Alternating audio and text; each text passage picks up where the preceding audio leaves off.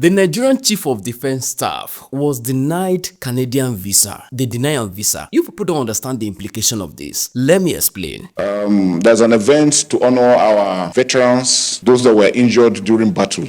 Remember last year, the Duke of Sussex visited Nigeria with his wife. Through the Invictus, they have a foundation that they try to raise the morale of troops all over the world that have suffered one form of deformity or the other in the course of defending their individual countries. So we're supposed to be there. And actually, half of my team have already gone. But unfortunately, the Canadian embassy, for knowledge best known to them, denied us visa. So I wasn't sure. And so I wanted to be silent about it. But when we couldn't get the visa, I said, this is blessing in disguise. And I think this is just a clear reminder to us that we're on our own, that we need to stand strong as a nation so that nobody takes us for granted. So some set has traveled to Canada already. They're already in Canada. But our Chief of Defense Staff was denied visa. Why? I just can't understand why anybody will wake up and say that we're killing people when we're actually not doing the same. And guess what? Where the Giwa barracks you were talking about, we have all the humanitarian agencies working there.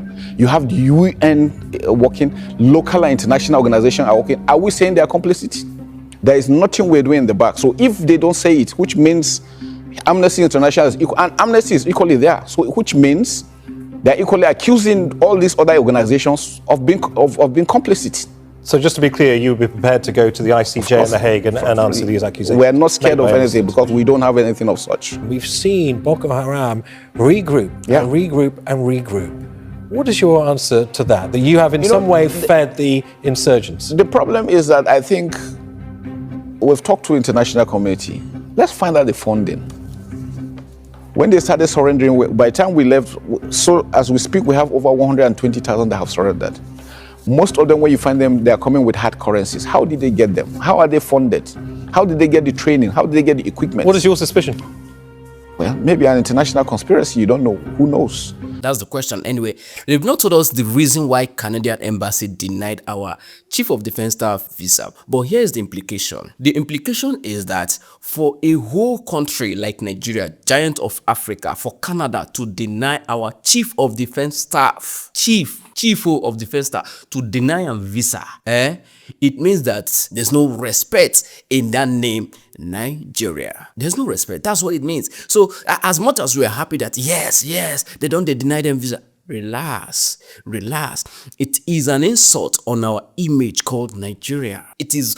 See, that green, white, green is becoming stained. They don't stain now. So if they can deny Chief of Defense Staff visa, what make you think you, ordinary Nigerian citizen, with your coat, or maybe wearing your agbada, or maybe with your isiago, or maybe with your cap, what make you think that when you walk into that embassy, that they will respect you? I also want you to hear what our NSA, National Security Advisor, has to say about this.